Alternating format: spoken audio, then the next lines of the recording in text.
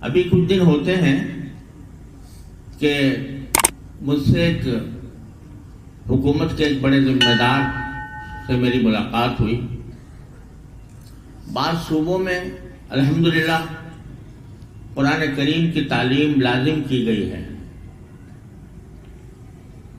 اور یہ بہت خوشائند اقدام ہے جو در حقیقت 14 اگست 1947 ہی کو ہو جانا چاہیے تھا.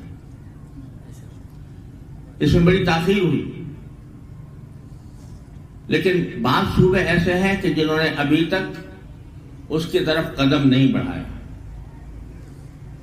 میں ان سے بات کر رہا تھا کہ آپ اس کو جلد از جلد خود اپنے صوبے میں بھی اس نظام کو نافذ فرمائیں اور بچہ جب میٹرک تک پہنچے تو میٹرک تک پہنچنے سے پہلے پچھلے پرائمری کے 5 سالوں کے اندر کم از کم ناظرہ قرآن اس کا پورا ہو جائے.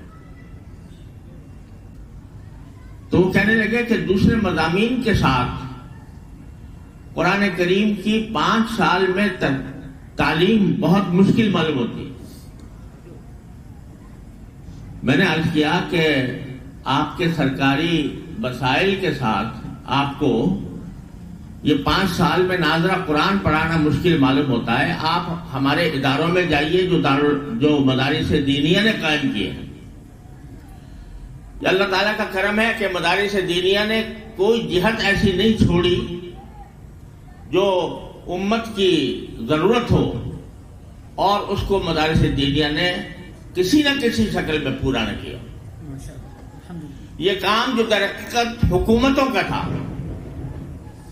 کہ وہ نظام تعلیم ایسا قائم کرتے کہ جب بچہ تعلیم مکمل کرتا تو وہ ایک طرف قرآن کریم کا حامل ہوتا، قرآن کریم کا عامل ہوتا، اور دوسری طرف دنیا کے تمام علوم و فنون کا بھی جامع ہوتا ہے. لیکن جب سارا سال تک حکومت کی طرف سے یہ ضروری اقدام نہ ہو پایا تو مسلمانوں نے مدارس دینیہ نے جو در حقیقت ایک اختصاصی ادارے تھے علوم دین کے لیے، انہوں نے دیکھا کہ جب دوسری جگہ کام نہیں ہو رہا ہے تو خود مدارس دینیہ نے ایسے اسکول قائم کرنے شروع کر دیے جس میں اسلامی تعلیمات معتمد طریقے سے اور اچھے معیار پر پڑھائی جائیں. یہ ہمارے ہاں کا عجیب صورتحال ہے کہ جو کام حکومت کے ہوتے ہیں حکومت نہیں کر پاتی، عوام خود بخود کرنا شروع کر دیتے ہیں. ہمارے یہاں بجلی نہیں آتی، بجلی کی فراہمی جو حکومت کا کام ہے اس میں وہ قاصر رہتی ہے. لوگوں نے جنریٹر لگا رکھے ہیں، اگر بجلی نہیں آتی لوگوں نے سولر سسٹم لگا لیے ہیں. تو جب وہ بجلی کی روشنی فراہم نہیں کر پا رہے اور علم کی روشنی بھی فراہم کرنے میں ناکام ہے تو یہ نہیں چٹائی پر بیٹھنے والے ملاؤں نے، جن کو تانے دیے جاتے تھے کہ یہ دور حاضر کے تقاضوں سے بے خبر ہیں، انہی ملاؤں نے ایسے اسکول قائم کر کے دکھائے ہیں، ایسے تعلیمی ادارے قائم کر کے دکھائے ہیں جس میں ایک طرف بچہ 5 سال میں، جن کو وہ کہہ رہے تھے کہ 5 سال کے اندر ناظرہ نہیں ہو سکتا، اس 5 سال میں حفظ مکمل کرایا. سبحان اللہ. حفظ مکمل کرایا اور سارے عصری مضامین اعلیٰ معیار کے ساتھ دنیا کے سامنے پیش کیے. آج جامعۃ الخیر میں آپ نے جو منظر دیکھا، 62 طلبہ وہ ہیں جنہوں نے حفظ کی تکمیل کی اور اس کے ساتھ انہوں نے آپ کے سامنے انگریزی میں خطاب کیا. ہمارے یہاں بھی جامعہ دارالعلوم کراچی میں ایک اسکول ہے، ہیرا فاؤنڈیشن اسکول. الحمدللہ اس کے نتائج 5 سال کے اندر حفظ مکمل ہو جاتا ہے اور اس کے نتائج ہمیشہ اے یا اے پلس آتے ہیں. ماشاءاللہ. اور ہمارا ایک طالب علم ہیرا فاؤنڈیشن جامعہ دارالعلوم کراچی کا ایک طالب علم، اس نے پوری دنیا میں ٹاپ کیا، یعنی پوری دنیا میں اس نے ٹاپ کیا. یعنی کیمبرج سسٹم میں ساری دنیا کے اندر امتحانات ہوتے ہیں او لیول اے لیول کا، تو اے لیول کے امتحان میں ساری دنیا میں سب سے زیادہ نمبر اس طالب علم نے حاصل کیے. اس کو دیکھیں تو اس کے سر پر عمامہ ہے, اس کے چہرے پر داڑھی ہے. ماشاءاللہ سبحان اللہ. تو اللہ تبارک و تعالیٰ نے ان مدارس دینیہ سے جہاں اپنا روایتی کام الحمدللہ بہت خوش اسلوبی کے ساتھ چل رہا ہے, وہاں اس وقت کی ضرورت کو بھی انہوں نے محسوس کر کے جگہ جگہ مدارس اسکول قائم کیے ہوئے اور لوگوں کے لیے کوئی عذر نہیں چھوڑا. لوگ کہتے ہیں صاحب اگر ہم مدرسے میں بھیج دیں گے طالب علم کو تو مدرسہ کچھ دین سے تو واقف ہو جائے گا لیکن دنیا سے بے خبر رہے گا, اس واسطے ہم مدارس کے اندر اپنے بچوں کو نہیں بھیجتے. آج الحمدللہ مدارس دینیہ نے یہ عذر ختم کر دیا اور صرف ایک شہر میں نہیں, جگہ جگہ جہاں بڑے بڑے مدرسے قائم ہیں وہاں ایسے اسکول بھی قائم ہیں جن میں اصلی تعلیم بھی بڑے اعلیٰ معیار کے ساتھ دی جاتی ہے اور ساتھ ساتھ قرآن کریم کا حفظ بھی مکمل کرایا جاتا ہے. اللہ تبارک و تعالیٰ نے ان بچوں کے ذریعے اپنے قرآن کی حفاظت کی ہے. قرآن کریم نے یہ فرمایا تھا کہ اِنَّا نَحْنُ نَزَّلْنَا الذِّكْرَ وَإِنَّا لَهُ لَحَافِظُونَ, ہم نے ہی قرآن نازل کیا اور ہم ہی اس کی حفاظت کریں گے. تو حفاظت کا ذمہ تو اللہ تعالیٰ نے لیا تھا, لیکن اللہ تعالیٰ نے اپنی ذمہ داری ان بچوں سے ادا کروائی ہے, ان بچوں کے ساتھ ادا کروائی ہے. یہ معجزہ دکھایا اپنی قدرت کا کہ پچھلی کتابیں جن کو محفوظ نہیں رہنا تھا, وہ تورات ہو یا انجیل ہو یا زبور ہو, ان کے اللہ تعالیٰ نے حفاظت کا وعدہ نہیں کیا تھا, چنانچہ وہ اپنی اصل شکل میں باقی نہیں رہی. اب بڑی عجیب داستانیں ہیں جس کے ذریعے آج یہ بائبل کی کتابیں لوگوں کے سامنے آتی ہیں. میں اس سلسلے میں جاؤں تو بہت وقت چاہیے, لیکن اللہ تبارک و تعالیٰ نے یہ معجزہ دکھایا کہ قرآن کریم کی حفاظت اس طرح فرمائی ہے کہ اگر بالفرض خدا نہ کرے ساری دنیا سے قرآن کریم کے مطبوع نسخے ختم ہو جائیں, کوئی ایک نسخہ بھی باقی نہ رہے, تو یہ 12 سال کے 13 سال کے بچے اپنی زبان سے پڑھ کر پورا قرآن تیار کر دیں گے. سبحان اللہ, ماشاءاللہ. تو میرے بھائیوں, یہ حفظ قرآن کوئی معمولی نعمت نہیں ہے.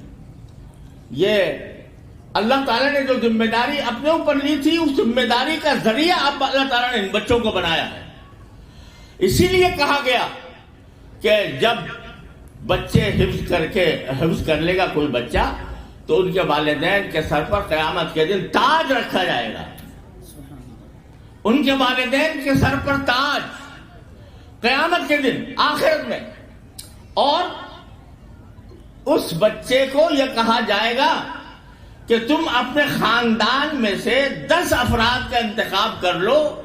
یہ 10 افراد ایسے 10 افراد جو جہنم میں جانے والے تھے, تم سفارش کرو گے سب کو جنت میں بھیج دیں گے. سبحان اللہ, سبحان اللہ. اللہ تبارک و تعالیٰ نے یہ مقام دیا ہے ان بچوں کو, یہ اعلیٰ اور عرفہ مقام دنیا کی کسی تعلیم میں حاصل نہیں ہو سکتا جو اللہ تعالیٰ نے حفظ قرآن کے اندر عطا فرمایا. ہم افسوس ہے کہ آج 75 سال ہمیں پاکستان کو قائم کیے ہوئے ہو چکے, لیکن جن مقاصد کے تحت وہ قائم ہوا تھا ابھی بہت تشنہ تکمیل ہے. نظام تعلیم ہمارا ایسا ہے, سرکاری اسکولوں میں جاؤ تو تعلیم کا فقدان ہے, اساتذہ پڑھانے کے لیے آتے نہیں, خالی پڑے ہوئے ہیں, عمارتوں کے کواڑ ٹوٹے ہوئے ہیں, پانی نہیں ملتا, اور اس طرح لوگوں کو ان تعلیمی اداروں میں بجائے کارآمد بنانے کے بیکار بنایا جائے. اللہ تعالیٰ نے اپنے فضل و کرم سے یہ کچھ ادارے اس مقصد کے لیے قائم فرمائے ہیں. تو اب قوم کا بھی کچھ فریضہ ہے. قوم کا فریضہ یہ ہے کہ وہ اپنے بچوں کو دینی تعلیم و تربیت سے اس طرح آراستہ کریں کہ آگے چل کر وہ امت کی رہنمائی بھی کرے اور خاندان کے لیے سرمایہ افتخار بھی ہو. آج پتہ نہیں کتنی مرتبہ مجھے ایک مہینے میں پتہ نہیں کتنی مرتبہ لوگوں کی شکایت ملتی ہے کہ جی ہمارا بچہ نافرمان ہو گیا, ہمارا بچہ ہم نے اس کو اعلیٰ تعلیم کے لیے مغربی یونیورسٹیوں میں بھیجا تھا لیکن اب وہ ہماری بات ہی نہیں مانتا. تو اکبر الہ آبادی نے تو مرحوم نے اس زمانے میں کہہ دیا تھا کہ ہم ایسی سب کتابیں قابل ضبطی سمجھتے ہیں, ہم ایسی سب کتابیں قابل ضبطی سمجھتے ہیں کہ جن کو پڑھ کے بیٹے باپ کو خبطی سمجھتے ہیں. تو آج یہ منظر ہمیں نظر آ رہا ہے, اس پر بڑا فخر کیا جاتا ہے میرا بیٹا اعلیٰ تعلیم کے لیے فلاں جگہ بھیج دیا گیا ہے, اور وہ طرح طرح وہاں پر رہ کر وہاں کے معاشرے سے متاثر ہو کر وہ مغربی رنگ میں رنگ جاتا ہے. اس کو خدا کا پتہ نہیں, اس کو رسول کا پتہ نہیں, وہ نماز کی ٹکر میں مارنے کو تیار نہیں, اور والدین بعد میں آ کے روتے کہ جی ہم نے بھیجا تھا لیکن ہاتھ سے نکل گیا بچہ. تو کیوں ہوا ایسا؟ اس لیے کہ آپ کی ذمہ داری تھی کہ اپنے بچوں کی صحیح تعلیم و تربیت کریں. ماں کی آغوش سب سے پہلا مدرسہ ہوتا ہے کہ جی بچے کے لیے. وہ ماں, ایسی ماں جو بچوں کو لوریوں میں بھی درس دیا کرے, جو لوریوں میں درس دے. ایسی مائیں ہوتی تھیں کہ جو دودھ پلانے سورت تلاوت کیے بغیر دودھ نہیں پلایا کرتی تھی بچوں کو, اس لیے کہ وہ چاہتی تھی کہ قرآن کریم کا نور ان کے سینے میں منتقل ہو. اللہ تعالیٰ نے ان سے کیسے لوگ پیدا کیے. آج نہ ماں کو فکر ہے نہ باپ کو فکر ہے کہ میرا بچہ وہ آگے چل کر کیا بنے گا. اتنا تو ضرور ہے کہ بھائی تھوڑی سی اس کو ڈگریاں دلوا دی, لیکن ڈگریاں دلوانے کے بعد بے شک وہ ماسٹر بن گیا, وہ گریجویٹ بن گیا, وہ پی ایچ ڈی ہو گیا, وہ ماسٹر کہلانے لگا, لیکن صحیح انسان بھی بنا کہ نہیں, مسلمان بھی بنا کہ نہیں. یہ تصور ذہنوں سے اوجھل ہوتا جا رہا ہے.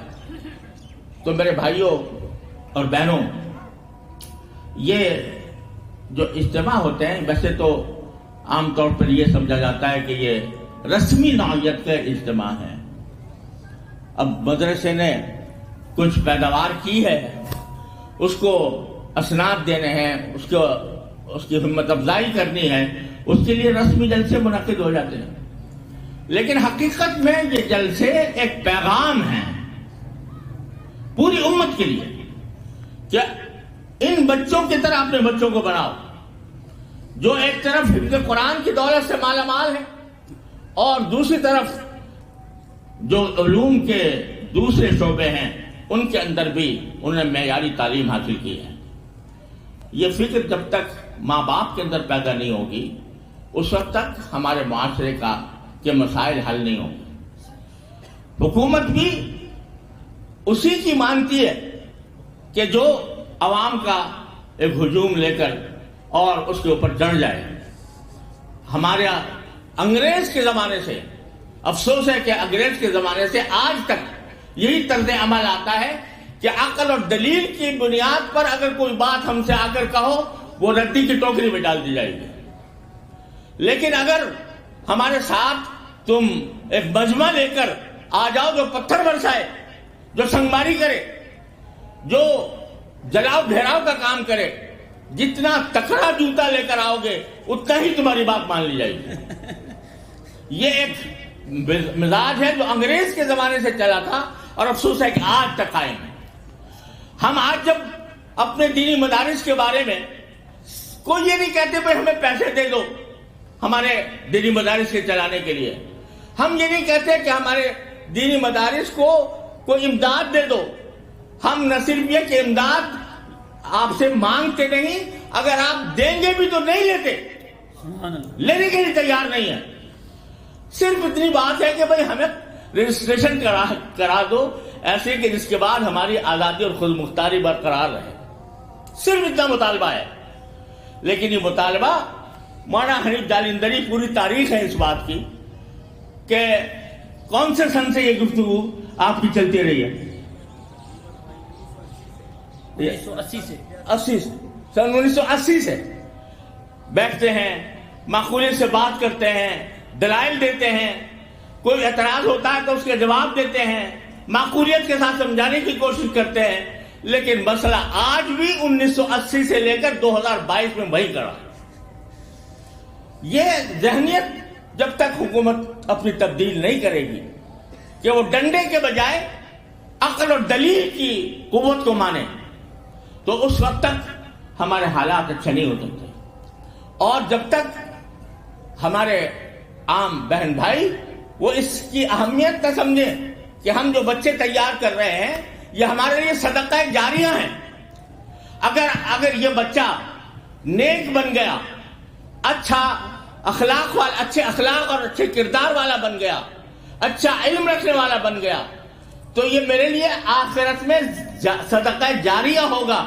جب تک یہ زندہ رہے گا اور جب تک اس کا کوئی مفید کام دنیا کے سامنے آئے گا اس کا ثواب مجھے ملتا رہے گا.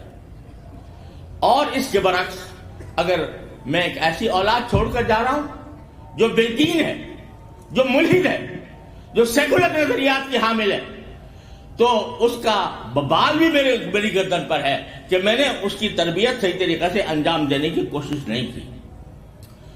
تو میرے بھائیوں اور بہنوں اور دوستوں، اس موقع پر ماشاءاللہ بڑا سحر انگیز قسم کا مظاہرہ آپ نے دیکھا کہ کس طرح اس ادارے نے ماشاءاللہ ترقی کی اور اتنی بڑی جماعت دوسرے مضامین کی اعلیٰ تعلیم کے ساتھ ان کی تکمیل کرا دی. تو ہر مسلمان کا فریضہ ہے کہ وہ اس جیسے اداروں میں چندے کی بات، چندہ تو اللہ تعالیٰ دیتا ہے، بے شک بے شک. چندے کی اپیل ہم نے آج تک نہیں کبھی کی. یہ ادارے اللہ تعالیٰ دلاتا ہے. بے شک. جب ہم سے پوچھتا ہے کوئی شخص کہ بھائی تمہاری آمدنی کہاں سے ہوتی ہے، واللہ ہمارے پاس جواب نہیں ہے اللہ. کہ کہاں سے آتی ہے. صرف اللہ تبارک و تعالیٰ دیتا ہے.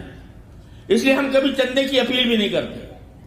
اور اللہ تعالیٰ جب ضرورت پڑتی ہے اللہ تعالیٰ سے مانگتے ہیں، وہ اللہ تعالیٰ دلوں میں ڈالتا ہے. لوگ چل کر، مشقتیں اٹھا کر، ٹائم لے کر اور آ کر کچھ پیش کر جاتے ہیں. یہ میرے اللہ کا کرم ہے. الحمدللہ. تو ہم پیسہ نہیں مانگتے، ہم چندہ نہیں مانگتے، لیکن ہم یہ مانگتے ہیں کہ ان کو اولاد کا چندہ دو، اپنی اولاد کا چندہ دو، کہ اپنی اولاد کو ان اداروں کے اندر پڑھانے کے لیے اپنی ہمت تازہ کرو. اور اگر آپ نے یہ کام کر لیا، اگر قوم نے یہ سمجھ لیا کہ ہمارا ملک، ہماری قوم، ہماری ملت وہ اس کے بغیر ترقی نہیں کر سکتی، جبکہ ہم اپنے بچوں کو ٹھیک دینی تربیت کے ساتھ اعلیٰ تعلیم دلوائیں، اس وقت تک ہمارے ملک کے حالات بدل نہیں سکتے. بے شک. یہ کیسی افسوسناک بات ہے کہ اعلیٰ عہدوں پر پہنچ کر، وزارتوں اور حکومتوں پر پہنچ کر قل واللہ بھی لوگ صحیح نہیں پڑھ سکتے. پوچھا گیا قل واللہ پڑھ لو تو نہیں پڑھا گیا.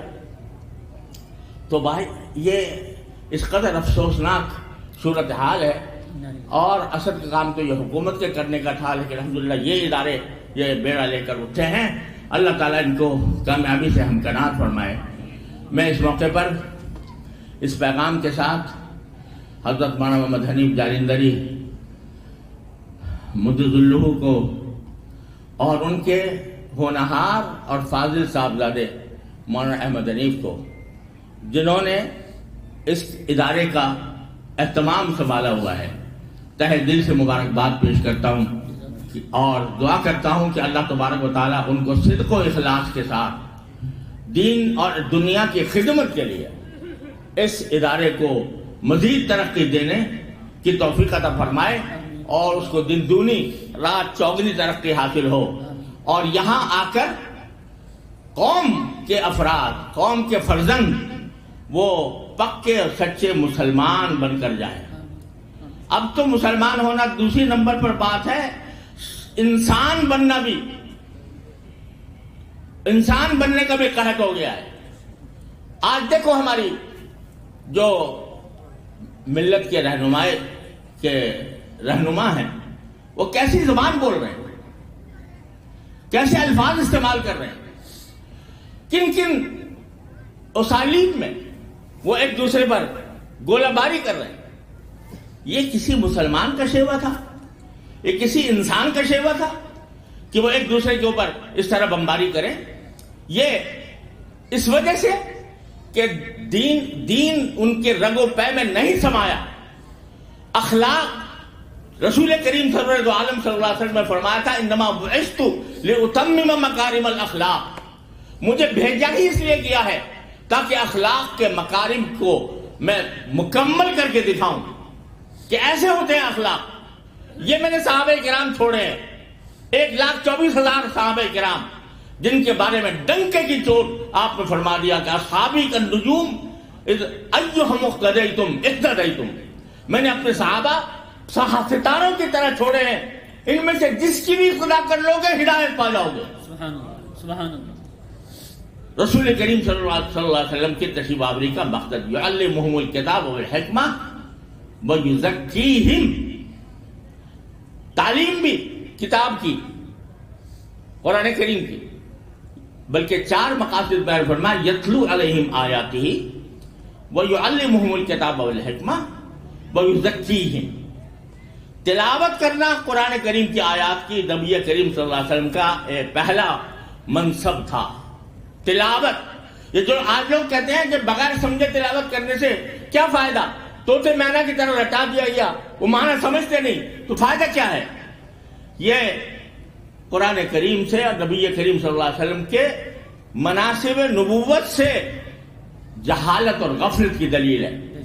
آپ کا پہلا منصب یہ بتایا کہ لوگوں کے سامنے آیات تلاوت کریں، اور حکم دیا فَإِذَا قَرَأْنَاهُ فَاتَّبِعْ قُرْآنَهُ، جب جبریل امین آپ کے پاس قرآن کریم کی تلاوت کریں تو آپ انہی کی تلاوت کے طریقے پر آپ بھی تلاوت کریں، جس سے علم تجوید پیدا ہوا، قرآن کریم کو صحیح طریقے سے پڑھنے کا۔ دنیا کی کسی ملت میں، کسی قوم میں علم تجوید کی کوئی نظیر آپ کو نہیں ملے گی۔ کوئی علم، کوئی زبان، اس میں کوئی ایسا علم نہیں ہوتا جو یہ کہے کہ بھائی اے کہاں سے نکلے گی اور بی کہاں سے اور سی اور ڈی کہاں سے نکلے گی، اور اس کا مخرج کیا ہوگا اور اس کی صفات کیا ہوں گی۔ یہ اللہ تعالیٰ نے قرآن کریم کی حفاظت کے لیے اور فَاتَّبِعْ قُرْآنَهُ کی تعمیل کے لیے علم تجوید کی بنیاد ڈالی، جس سے کہ آج الحمدللہ قرآن کریم صحیح پڑھا جائے۔ یہ بذات خود یہ نعمت ہے، بذات خود ایک نیکی ہے، اور اس کے ایک حرف پڑھنے پر 10 نیکیاں اللہ تبارک و تعالیٰ لکھتے ہیں۔ تو یہ تھا۔ پھر یعلمہم الکتاب الگ، تلاوت الگ، اور کتاب اللہ کی تعلیم الگ، یعنی وہ الگ مقصد ہے، اور کتاب اللہ کی تعلیم یعنی اس کے مضامین کو ذہن نشین کرانا الگ مقصد ہے۔ پھر وہ بھی کافی نہیں، حکمت بھی سکھائی رسول کریم صلی اللہ علیہ وسلم نے، جسے بتا دیا کہ حکمت اور عقلی اعتبار سے اگر کسی چیز کا جائزہ لینا ہو تو معیار صرف رسول اللہ صلی اللہ علیہ وسلم کی ذات ہے۔ جو آپ فرمائیں وہ حکمت ہے، کوئی اور فلسفی آ کر کوئی اور فلسفہ لے کر آئے وہ حکمت نہیں ہے۔ حکمت وہ ہے جو نبی کریم سرور عالم صلی اللہ علیہ وسلم لے کر تشریف لائے، یعلم الکتاب والحکمہ۔ اور پھر اس پر بھی اکتفا نہیں، تلاوت بھی سکھا دی، کتاب اللہ کی تعلیم بھی دے دی، اس کا مطلب بھی سکھا دیا، حکمت کی باتیں بھی سکھا دی۔ یہ بھی کافی نہیں، وَيُزَكِّيهِمْ، اور ان کے اخلاق کو پاک صاف بنائے۔ یہی 4 چیزیں ہیں جو ہمارے مدارس اور اسلامی اسکول جن فرائض کو ادا کر رہے ہیں، وہ الحمدللہ یہ 4 چیزیں ہیں۔ اس کی اہمیت سمجھنے کی ضرورت ہے۔ اللہ تبارک و تعالیٰ اپنے فضل و کرم سے ہمیں صحیح راستے پر رکھے اور ان اداروں کو مزید ترقیات ظاہری اور باطنی عطا فرمائے. میرا پیغام ماشاءاللہ جو مسلمان حضرات موجود ہیں ان کے لیے یہی ہے کہ وہ آپ اپنے بچوں کی فکر کریں. یا ایھا الذین آمنوا قوا انفسکم واہلیکم نارا. اے ایمان والو، اپنے آپ کو بھی جہنم سے بچاؤ، اپنے گھر والوں کو بھی جہنم سے بچاؤ. تمہاری ذمہ داری ہے. اور ورنہ اگر تم نے یہ ذمہ داری ادا نہ کی، تم چاہے کتنے پاک بال ہو، تم چاہے کتنے نمازی ہو، صف اول کے پابند ہو، لیکن اگر تمہارا بچہ گمراہ ہو رہا ہے، غلط راستے پر جا رہا ہے، تمہاری گردن پکڑی جائے گی آخرت کے اندر. اللہ تعالیٰ اپنے رحمت سے ہم سب کو اپنی یہ ذمہ داریاں ادا کرنے کی توفیق عطا فرمائے. میں تہہ دل سے مبارکباد پیش کرتا ہوں حضرت مولانا محمد حنیف جالندری صاحب کو، ان کے ہونہار صاحبزادے فاضل صاحبزادے مولانا احمد حنیف کو، جن کا حسن انتظام ہمیں اس وقت نظر آ رہا ہے. اللہ تعالیٰ ان کی عمر میں، علم میں، عمل میں برکتیں عطا فرمائے اور ان کاموں کے اندر صدق و اخلاص کے ساتھ آگے بڑھتے رہنے کی توفیق عطا فرمائے.